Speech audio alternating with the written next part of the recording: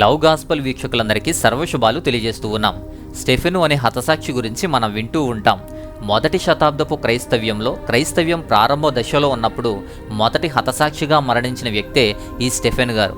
ఈ స్టెఫెను గురించి బైబిల్లో తక్కువగానే ప్రస్తావించినప్పటికీ ఆయన పరిచర్య, ఆయన బోధనలు, ఆయన మరణించిన విధానము అన్నీ కూడా చాలా అద్భుతంగా ఉంటాయి. ఈ వీడియోలో స్టెఫెను యొక్క హిస్టరీ, హతసాక్షిగా ఎలా మరణించారు, దానికి సంబంధించి నేర్చుకోవాల్సిన అంశాలు, అలా అన్ని వివరాలు కూడా ఈ వీడియోలో మనం మాట్లాడుకుందాం. అపోస్తుల కార్యాలు 6వ అధ్యాయంలో 7వ అధ్యాయంలో కూడా ఈ స్టెఫెను గారి గురించి మనం చూస్తాం. క్రైస్తవ సంఘం ప్రారంభ దశలో ఉన్నప్పుడు వేలాది మంది దేవుని వద్దకు వస్తూ ఉన్నారు. దేవుని సువార్త ప్రకటించబడుతూ ఉంది. ఉజ్జీవం ప్రారంభించబడింది. ఉజ్జీవంగా సువార్త ప్రకటించబడుతుంది. క్రైస్తవ పునాదులు ప్రారంభించబడుతున్నాయి. కొత్త విశ్వాసులు చిన్న సమాజాల్లో కలిసి జీవిస్తూ ఉన్నారు. కలిసి జీవితాన్ని గడిపేవారు. అలా దేవుని మార్గాన్ని అనుసరిస్తూ వస్తువులు, పనులు, బాధ్యతలు, పరిచర్యలన్నీ కూడా పంచుకుంటూ పనిచేస్తూ ఉన్నారు. ఆ గుంపులో కొంతమంది విధవరాళ్ళు తమ అవసరాలను పట్టించుకోవడం లేదని భావించారు. అలా కొందరికి ఇబ్బంది కలుగుతుంటే అలాంటి ఇబ్బందులు ఏమీ రాకుండా, అలాంటి పరిస్థితులు ఇంకా ముందు రాకుండా అపోస్తులందరూ కూడా ఒక పని చేశారు. అపోస్తులందరూ ప్రజలందరినీ కూడా సమీకరించి అలా వారందరినీ చూడడానికి పరిశుద్ధాత్మతోనూ జ్ఞానముతోనూ నిండినటువంటి 7గురిని ఎన్నుకున్నారు. అలా పరిశుద్ధాత్మతో జ్ఞానంతో ఎన్నుకున్నటువంటి 7గురు పురుషుల్నే డీకన్స్ అంటారు. డీకన్లుగా పనిచేస్తారు వీళ్ళు. క్రీస్తు శరీర విషయంలో కానీ, వారికి ఆహారం ఇవ్వటంలో కానీ, నిధులు పంపిణీ చేయడం విషయంలో కానీ, ఇలా వారికి అందించేటువంటి కార్యక్రమాన్ని పర్యవేక్షించడానికి ఈ యెరూషలేములో విధవరాళ్లకు, అనాథలకు ఆహారం పంచేటువంటి పనిని పర్యవేక్షించడానికి నియమించబడినటువంటి 7 మంది డీకన్స్లో ఒకరే ఈ స్టెఫెను. మొదటి హతసాక్షి, మంచి జ్ఞానం కలిగినటువంటి వ్యక్తి. ఈ స్టెఫెను గ్రీకు మాట్లాడేటువంటి యూదుడు.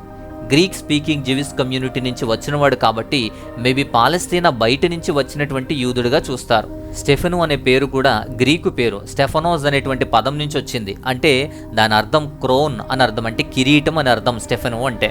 ఆ స్టెఫెను అలా పరిచర్యలో ఒక పనివానిగా స్టార్ట్ చేశాడు. వాళ్ళని చూసుకుంటూనే సువార్త చేసేవాడు. యవ్వన ప్రాయంలో దేవుని కోసం వాడబడిన మంచి సాధనం ఈ స్టెఫెను. అంతేకాదు, ఈ స్టెఫెనుకు కలిగినటువంటి ఆత్మీయ దైవిక శక్తి ఏముందో, ఆత్మీయ దైవిక శక్తి ఎలా ఉందో కూడా మనం చూడాలి. అవి ఏంటో కూడా మనం చూడాలి. ఈ స్టెఫెను యొక్క స్వభావం గురించి కూడా మనం మాట్లాడాలి. దీనిలో మొదటిది, ఇతను పరిశుద్ధాత్మను కలిగినవాడు. ఇతను పరిశుద్ధాత్మతో నిండుకున్నవాడు. అపోస్తుల కార్యాలు 6వ అధ్యాయం 3వ వాక్యం ప్రకారం ఈ భోజన బల్లకు ఎంపిక కావాలి అంటే దానిలో కావాల్సిన మొదటి లక్షణమే మంచి పేరు కలిగి ఉండటం, పరిశుద్ధాత్మతో నిండిన వారై ఉండాలి అని. పరిశుద్ధాత్మతో నిండిన వాడే ఈ స్టెఫెను. ఆ శక్తినే అపోస్తుల కార్యాల 6వ అధ్యాయం 10వ వాక్యంలో మనం చూస్తాం. అక్కడ సూచించబడింది ఆ యొక్క పరిశుద్ధాత్మ శక్తి గురించి. ఇక రెండో విషయం, ఈ స్టెఫెను జ్ఞానంతో నిండి ఉన్నవాడు, జ్ఞానము కలిగినవాడు. అపోస్తుల కార్యాల 6వ అధ్యాయం 3వ వాక్యం ప్రకారం 2వ అర్హత, ఈ భోజన బలకు సిద్ధపరిచే వారికి ఉండాల్సిన 2వ అర్హత జ్ఞానం. అలాంటి జ్ఞానాన్ని కలిగిన వ్యక్తి ఇతను. అలాగే అపోస్తుల కార్యాల 6వ అధ్యాయం 10వ వాక్యంలో ఆ జ్ఞానం గురించి స్టెఫెన్లో మనకు కనిపిస్తూ ఉంటుంది. అంతేకాదు, 3వ అంశం, ఇతను విశ్వాసంతో నిండుకున్నవాడు, విశ్వాసంలో మంచివాడు. అపోస్తుల కార్యాల 6వ అధ్యాయం 5వ వాక్యం ప్రకారం విశ్వాసంతో నిండిన వ్యక్తిగా కూడా అక్కడ వర్ణించబడ్డాడు. ఇక 4వది, ఇతను కృపతో నిండినవాడు. కృపతో నిండి ఉన్న వ్యక్తిగా కూడా ఈ స్టెఫెను మనం చూస్తాం. ఇక 5వ అంశం, ఇతను శక్తితో నిండి ఉన్నవాడు, శక్తిని కలిగి ఉన్నవాడు. అపోస్తుల కార్యాల 6వ అధ్యాయం 8వ వాక్యం ప్రకారం ప్రజల మధ్య అద్భుతాలు, సూచక క్రియలు కూడా చేసేటువంటి శక్తి సామర్థ్యాలు కూడా కలిగినవాడేనా. సో ఇలాంటి లక్షణాలు కలిగినటువంటి వాడు, శక్తివంతమైనటువంటి, ధైర్యవంతమైనటువంటి పరిచర్య చేసిన వాడే ఈ స్టెఫెను. ఇక స్టెఫెను చేసినటువంటి అద్భుతాలు, ఆశ్చర్య కార్యాలు కూడా చూస్తే అపోస్తుల కార్యాలు 6వ అధ్యాయం 5వ వాక్యం ప్రకారం a man of faith and the holy spirit అని వ్రాయబడింది అతను గురించి ఇంగ్లీష్ బైబిల్లో. అలాంటి స్టెఫెను అందరి ముందు కూడా అద్భుతాలు కూడా చేశాడు. ఆ శక్తి దేవుని సపోర్ట్ ఉందని బలంగా నమ్మేటువంటి వ్యక్తి ఈ స్టెఫెను. అపోస్తుల కార్యాలు 6వ అధ్యాయం 8వ వాక్యంలో కూడా full of grace and power అని కూడా వ్రాయబడింది. సో అలాంటి ప్రభావవంతమైనటువంటి పవర్ఫుల్ వ్యక్తి ఈయన, పవర్ఫుల్ ఎవాంజలిస్ట్ ఈయన. స్టెఫెను ఒక సేవకుడు మాత్రమే కాదు, ఒక పవర్ఫుల్ ఎవాంజలిస్ట్, పవర్ఫుల్ సువార్థికుడు. ప్రజలలో గొప్ప మిరాకిల్స్ కూడా చేశాడు, అద్భుతాలు చేశాడు, సూచక క్రియలు కూడా అనేకమైనవి చేశాడు. రోగులను స్వస్థపరిచాడు, దయ్యాలను వెళ్ళగొట్టాడు.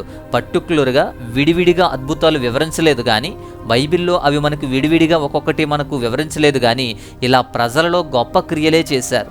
ఈ స్టెఫెను యొక్క మిషనరీ అండ్ ప్రీచింగ్స్ ఎలా ఉన్నాయి, స్టెఫెను యొక్క బోధనల గురించి మనం మాట్లాడితే, స్టెఫెను బోధించడంలో ఫుల్గా ధైర్యంగా ఖచ్చితమైన మెసేజ్ని నిర్మోహమాటంగా చెప్పేవాడు.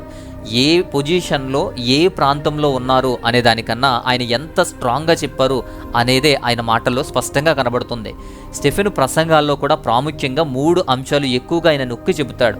మొదటిది గాడ్ ఫెయిత్ఫుల్నెస్, దేవుని యందు విశ్వసనీయత గురించి ఎక్కువగా మాట్లాడతారు. దేవుని యందు విశ్వాసం గురించి, ఇజ్రాయేలు చరిత్ర గురించి, ఆ చరిత్రలో స్థిరమైనటువంటి విశ్వసనీయత నొక్కి చెప్పేవాడు. అవందరూ మీరు పాటిస్తూ వస్తున్నారా లేదా చెడుపుతూ వస్తున్నారా అని నొక్కి చెప్పేవాడు. ఇక రెండవ పాయింట్, ఇజ్రాయేలు యొక్క అవిధేయత గురించి చెప్పేవాడు. ఇజ్రాయేలీలు, యూదులు దేవుని ప్రవక్తలను ఎలాగైతే హింసించినారో అలానే యేసుక్రీస్తు వారిని కూడా తిరస్కరించారు, హింసించారు అని. వాటి చరిత్రలో ఇజ్రాయేలు వారు చేస్తున్న విషయాలు, అలాంటి పనులన్నీ కూడా నొక్కి చెప్పేవాడు. ఇక మూడవది పశ్చాత్తాపం గురించి. ఆయన ఎన్ని చెప్పినా కూడా యేసుక్రీస్తు యందు నమ్మిక ఉంచి పశ్చాత్తాపడండి, రండి అని పిలిచేవాడు. తన పరిచర్యలో పశ్చాత్తాపడాలని పిలిచేవాడు. సభలలో కూడా అలా సవాలు చేసేవాడు కూడా. సో ఇలాంటి విషయాలు బాగా నొక్కి చెప్పేవాడు ధైర్యంగా. అపోస్తుల కార్యాలు 7వ అధ్యాయం చదివితే అతని ప్రసంగం గురించి చక్కగా వివరించబడింది. అదంతా కూడా మనం చదవచ్చు. ఇది కొత్త నిబంధనలో అత్యంత వివరణాత్మకమైనటువంటి, ఉద్వేగభరితమైనటువంటి ప్రసంగాల్లో ఒకటి. అబ్రహాము నుంచి సొలొమోను వరకు ఇజ్రాయేల్ యొక్క చరిత్రను గుర్తు చేస్తూ వచ్చాడు. ప్రజలు పదే పదే ఎలా పడిపోయేవారో, ఎలా తిరస్కరించారో చెబుతూ వచ్చాడు. పశ్చాత్తాపం చెందాలని అందరికీ పిలుపునిచ్చాడు. యేసుక్రీస్తు వారి సువార్త యూదులకు మాత్రమే కాదు, అందరికీ అని నొక్కి చెప్పేవాడు. త్యాగాలు, బలులు అవసరం లేదని, ఆయన అర్పించబడ్డారని, ఇవన్నీ అవసరం లేదు అని చెప్పేవాడు. వారికి కోపం వచ్చినా, వారు తిట్టినా సరే ధైర్యంగా నిలబడి చెప్పేవాడు. దీనిలో ఇంకొక ముఖ్యమైన అంశం సన్హెద్రిన్ సభ, సమాజ మందిరాల్లో. ఈ సన్హెద్రిన్ సభలోనూ సమాజ మందిరంలోనూ ఆయన బోధించే విధానం కానీ, ఆయన నిలబడేటువంటి తీరు కానీ అక్కడ మనం చూస్తాం. ఈ స్టెఫెను సమాజ మందిరంలో చాలా పవర్ఫుల్గాను, ధైర్యంగాను బోధించేవాడు. ఎవరికి భయపడేవాడు కాదు. అందరికీ ఆన్సర్ ఇచ్చేవాడు. ఆయన జ్ఞానానికి ఎవరూ కూడా రిప్లై కూడా ఇచ్చేవారు కాదు. మేబీ సన్హెద్రిన్ సభలో కూడా ఒక సభ్యునిగా ఉండి ఉండొచ్చేమో ఈ స్టెఫెను కూడా. పౌలు లాంటి వాడు కూడా ఈ సమాజ మందిరంలోనూ అలాగే సన్హెద్రిన్ సభలో కూడా ఒక వ్యక్తిగా ఉన్నాడు అని మనం చూస్తాం. సో తొలితరం క్రైస్తవులు హింసల కారణంగా బహిష్కరించేంత వరకు కూడా ఈ సభలు విడవలేదు కొంతమంది. పైగా అక్కడి నుండే బోధించేవారు, వారికి బోధిస్తూనే వచ్చారు.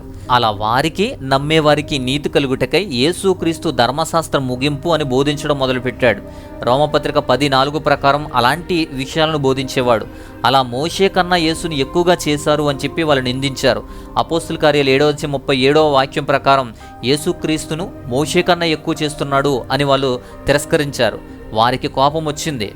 అలాగే 6:13 వాక్యంలో కూడా ధర్మశాస్త్రానికి వ్యతిరేకంగా మాట్లాడుతున్నాడు అని చెప్పి నిందించారు. 6:14 వాక్యం ప్రకారం మోషే ఆజ్ఞలు, ఆచారాలు నాశనం చేస్తున్నాడు అని అభియోగం మోపారు. అలా స్టెఫెను ప్రభావం పెరిగే కొద్దీ, అతని యొక్క పరిచర్య పెరిగే కొద్దీ అతనిపై వ్యతిరేకత కూడా పెరిగింది. అలా వ్యతిరేకతలు కూడా ఎదురవుతూనే వచ్చాయి. ఇతర సమాజ మందిరాల నుండి యూదుల మత పెద్దలు, యూదుల జ్ఞానులు అతని జ్ఞానాన్ని కానీ, అతనిలో ఉన్న పరిశుద్ధాత్మ శక్తిని కానీ తిరస్కరించలేకపోయారు, ఓడించలేకపోయారు, ఎదురు చెప్పలేకపోయారు. అతని జ్ఞానానికి బదులు చెప్పలేకపోయారు. అపోస్తుల కార్యాలు 6:10 వాక్యం చూడండి. అతని అంత జ్ఞానం కలిగిన వాడు. అలాగే వారు అలా ఓడించలేక అతనికి వ్యతిరేకంగా తప్పుడు సాక్ష్యాలు సృష్టించారు, కుట్ర పన్నారు. అపోస్తుల కార్యాలు 6:11-13 వాక్యాల ప్రకారం మోషేపై, దేవునిపై దూషణ చేశాడు అని నిందలు వేశారు. అతను దేవాలయానికి, ధర్మశాస్త్రానికి వ్యతిరేకంగా మాట్లాడుతున్నాడు అని ఆరోపించారు. యేసుక్రీస్తు వారిని సిలువ ఎక్కించడం కోసం ఎలా తప్పుడు వార్తలు, తప్పుడు సాక్ష్యాలు చూపించారో అలానే అబద్ధ సాక్ష్యాలు చూపించారు. కనీసం అవి నిజమో కాదో లేఖనాలు కూడా పరీక్షించేటువంటి పొజిషన్లో లేరు, విమర్శిస్తున్నారు. కనీసం అవి నిజమో కాదో కూడా లేఖనాలు పరిశీలించి చూడటం లేదు. అతని మీద అబద్ధం చెప్పి అరెస్ట్ చేయించారు. సన్హెద్రిన్ సభ ముందు నిలువబెట్టినప్పుడు కూడా అతను వారి ముందు ధైర్యంగా, ప్రభావంతో గద్దిస్తూనే ప్రకటిస్తూ వచ్చాడు. ఇకపోతే లాస్ట్ అండ్ ఫైనల్ ఈ స్టెఫెను యొక్క మరణం గురించి చూద్దాం. యూదుల కఠినత్వాన్ని ఎత్తి చూపించాడు స్టెఫెను. దేవుని విమోచనని మొండిగా తిరస్కరిస్తున్నారు అని ఎత్తి చూపేవాడు. దేవుని ప్రణాళికలన్నిటినీ అహంకారంతో, ఇగ్గోతో తిరస్కరిస్తున్నారని వారిని ఎత్తి చూపించేవారు. అప్పటికే కోపోద్రికులై కక్ష కూడా పెంచుకున్నారు. అపోస్తుల కార్యాలు 7:55 వాక్యంలో దేవుని పిలుపు అందుకున్నాడు, దేవుని పిలుపును స్వీకరించాడు. తాను ముందే చనిపోతున్నాను అని అతనికి అర్థమైంది. ముందే దేవుని యొక్క శక్తి అతనికి కనపడుతుంది. చక్కగా నవ్వుతూ ప్రశాంతంగా ఆహ్వానించాడు. ఆకాశం నుంచి పరలోక ద్వారాలు తెరిచి ఉండడం అతను చూశాను అని, యేసుక్రీస్తు దేవుని యొక్క కుడివైపున నిలవబడి ఉన్నాను, అది నేను చూస్తున్నాను అని వారితో చెప్పాడు. తన ప్రసంగానికి దేవుడే నచ్చి పరలోక ద్వారాలు తెరిచి చూస్తూ ఆయన్ని స్వీకరిస్తున్నట్టుంది. ఆ సన్హెద్రిన్ సభ వారు కోపగించుకొని ఈ సిచ్యువేషన్ చూసి స్టెఫెనును నగరం గోడ బయట వరకు కూడా లాక్కొచ్చారు, ఈడ్చుకెళ్లారు, ఒక చోట పడేసి రాళ్ళు తీసుకుని కొట్టారు. అతనిపై రాళ్లతో కొడుతుండగా రాళ్ల దెబ్బలకి కారుతున్న రక్తానికి బెదరకుండా దేవుని వైపు చూస్తున్నాడు. అయినా సరే ఇంకా ఎక్కువగా కొడుతున్నారు. అపోస్తుల కార్యాలు 7వ అధ్యాయం 59-60 వాక్యాలు చూస్తే ప్రభు అయిన యేసు నా ఆత్మను స్వీకరించమని ప్రార్థన చేశాడు. ఆ సమయంలో ఆయన చేసిన ప్రార్థన చూసి అయినా సరే ఇంకా ఎక్కువగా రాళ్లతో కొట్టారు. అంతేకాదు మోకాల్లోని వారి మీద ఈ పాపం మోపవద్దు, వారిని క్షమించమని గట్టిగా పలికి ఆ తర్వాత చనిపోతాడు. చివరి క్షణంలో తనను హింసించిన వారి పట్ల లోతైన ప్రేమను, క్షమాపణను, యేసు నేర్పిన పాఠాన్ని అనుభవం ద్వారా తన జీవితంలో చూపించాడు స్టెఫెను. అలా యెరూషలేములోని సన్హెద్రిన్ సభ పెద్దల ద్వారా రాళ్లతో కొట్టబడి ఆయన హతసాక్షిగా మరణించి దేవుణ్ణి చేరుకున్నాడు. ఆ సమయంలో సౌలు కూడా యవనస్తుడు, విభేదించినవాడు, ఆ సమయంలో వారితో పాటు ఉన్నవాడు. ఈ స్టెఫెను యొక్క మరణం సరైందే అని చెప్పి చనిపోవాలని చెప్పి అనుమతించిన వ్యక్తి కూడా ఈ సౌలు. అలాగే ఆఖరిగా స్టెఫెను యొక్క మరణం తర్వాత జరిగిన విశేషాలు కూడా తెలుసుకోవాలి. ఈ స్టెఫెను మరణం తర్వాత పరిస్థితులన్నీ కూడా మారిపోయాయి. హింసలు చాలా బాగా పెరిగిపోయాయి. అందరినీ కూడా బాధిస్తున్నారు. అందరినీ బాధించి హింసించి చెరసాలలో వేయించే పనులే స్టార్ట్ అయినప్పటికీ క్రైస్తవ్యంలో మాత్రం దేవుని సువార్తలో గొప్ప ఉద్యమం స్టార్ట్ అయ్యింది. అనేకులకు ధైర్యం వచ్చింది. గొప్ప సువార్త స్టార్ట్ అయ్యింది. స్టీఫెన్ను సమాధి చేసి అతని గురించి బాగా ప్రాలాపించారు. కొత్త ఉద్యమం కూడా స్టార్ట్ అయ్యింది. ఇక మరణాన్ని కూడా లెక్క చేయడం లేదు. స్టీఫెనుతో స్టార్ట్ అయినటువంటి ఉద్యమం, స్టీఫెను మరణంతో స్టార్ట్ అయినటువంటి హతసాక్షి మరణాలు, హతసాక్షులుగా అందరూ మరణించేంత వరకు కూడా కొనసాగుతూనే ఉన్నాయి. మరణాన్ని ఎవరూ లెక్క చేయలేదు. సౌలు అనేటువంటి వాడు మరణం చూసి ఇంకా ఇంతలా మరణించేటువంటి విచిత్రం ఏంటి అనే ఆలోచన పెరిగిపోయింది. ఆ తర్వాత అత్యంత ప్రభావవంతంగా అపోస్తులందరితో కలిసి సౌలుగాస్త పౌలుగా మారిపోయి అపోస్తులుగా మారిపోయి దేవుని సేవ చేశాడు. సౌలుగా ఉన్నప్పుడు మొదట్లో స్టెఫెన్ను ఉరితీసేయాలి అని కోరిన వ్యక్తే ఆ తర్వాత తానే సాక్షిగా మారి తాను కూడా హతసాక్షిగా చనిపోయాడు. స్టెఫెను మరణం యెరూషలేమును దాటి విశ్వాసాన్ని వ్యాపింప చేయడానికి సహాయపడింది. ఈ స్టెఫెను గురించి నేర్చుకోవాల్సినటువంటి పాఠాలు కొన్ని చూద్దాం. ఒకటి, సాక్షిగా ఉండేటువంటి ధైర్యం కావాలి. దేవునికి సాక్షిగా బ్రతకాలంటే ఆత్మతో కూడిన ధైర్యం కావాలి. అతని ఆలోచనలు ధైర్యంగా మాట్లాడేటువంటి విధానం, క్లారిటీగా మాట్లాడేటువంటి విధానం, మరణం వస్తున్న స్థిరంగా నిలబడిన ఆ వ్యక్తిత్వాన్ని చూడండి. విశ్వాసులు సాక్షులుగా బ్రతకాలంటే అలాంటి ధైర్యం కావాలి. ఇక రెండవది సేవ, అలాగే కరుణ. అతను సర్వీస్ కూడా చేశాడు. అణగారిన వారికి, పేదలకు కూడా ఆయన సర్వీస్ చేశాడు. అలాగే ఇలా పేదలకు, అణగారిన వారికి కూడా సర్వీస్ చేసేటువంటి ప్రాముఖ్యత కూడా మనం తెలుసుకోవాలి. మూడవది క్షమాపణ. తనని చంపుతున్నా సరే వారిని క్షమించమని యేసుక్రీస్తు మాటలు తన జీవితంలో నెరవేర్చుకున్నట్టే చిన్న వాటిని, పెద్ద వాటిని డీల్ చేసేటువంటి విధానం కూడా, ఆ క్షమాపణ గుణం కూడా మనం నేర్చుకోవాలి. ఇక నాలుగవది దేవుని నడిపింపును స్వీకరించడం కూడా. దేవుడు ఎక్కడ వాడినా కూడా ఆయన వాడబడ్డాడు. విధవరాన్ల వద్ద సర్వీస్ చేయడానికి వాడబడ్డాడు. సన్హెద్రిన్ సభలో పెద్దల మధ్య వాడబడ్డాడు. ఎక్కడ నడిపించినా కూడా ధైర్యంగా, ప్రేమగా సేవ చేశాడు. పరిశుద్ధాత్మని మార్గదర్శనానికి లోబడి ఎలా చెబితే అలా స్వీకరించాడు, అలా చేశాడు. ఇక ఐదవది సువార్త చేశాడు, ఎవాంజలిజం చేశాడు. కేవలం ఎంపిక చేయబడినటువంటి సమూహాలకి మాత్రమే కాకుండా అందరి కోసం, అందరి ప్రజల కోసం అని చెప్పి స్టెఫెను చాలా బాగా సువార్త చేయగలిగాడు. అలాగే బోధించాడు. ఎక్కడ ఎవరికి ఎలా సువార్త చేయాలో అలా తెలిసి అలా దానికి తగ్గట్టు బోధించేవాడు. సో ఇలాంటి లక్షణాలు ఆయన గురించి, ఆయన నుంచి మనం నేర్చుకోవాలి. ఇలా క్రైస్తవ విశ్వాసంలో సేవ, క్షమాపణ మరియు ధైర్యం యొక్క పవర్ఫుల్ టూల్స్ అనేవి, ఇలాంటి పవర్ఫుల్ శక్తులు అనేవి అలాంటి కలిగినటువంటి వ్యక్తే స్టెఫెను. ఒక పవర్ఫుల్ వ్యక్తిగా నిలిచాడు.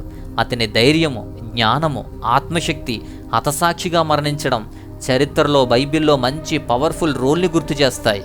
అలాంటి స్టెఫెను యొక్క జీవిత చరిత్ర ఇది, స్టెఫెను యొక్క చరిత్ర ఇది. సో ఈ విషయం అంతా మీకు క్లియర్గా అర్థమైంది కదా. సో ఇంకేదైనా సందేహాలు, ప్రార్థన అవసరతలు, సమస్యలు ఏదైనా ఉంటే స్క్రీన్ మీద వాట్సాప్ నంబర్ ఉంది, వాట్సాప్ చేయండి. మీ గురించి ప్రార్థన చేస్తాం. అలానే మా వ్యయ ప్రయాసలకు, మా పరిచర్యలకు సహాయం చేయాలి అనుకుంటే స్క్రీన్ మీద ఉన్న డీటెయిల్స్ని బట్టి మీరు మీ విలువైన కానుకలను పంపించి మాకు సహకారిగా ఉండవచ్చు. సో ఇది ఈ వీడియోలోని అంశం. ఈ వీడియో అంతా మీకు బాగా నచ్చిందని అనుకుంటున్నాను. నచ్చితే లైక్ చేయండి, ఇతరులకు కూడా మంచి వీడియోని షేర్ చేయండి. మరొక అద్భుతమైనటువంటి మంచి వీడియోతో మరొక వీడియో ద్వారా మరలా కలుసుకుందాం. అంతవరకు దేవుని యొక్క మహా ఉన్నతమైన కృపా కాపుదల మీ అందరికీ తోడై ఉండి బలపరచును గాక. ఆమేన్.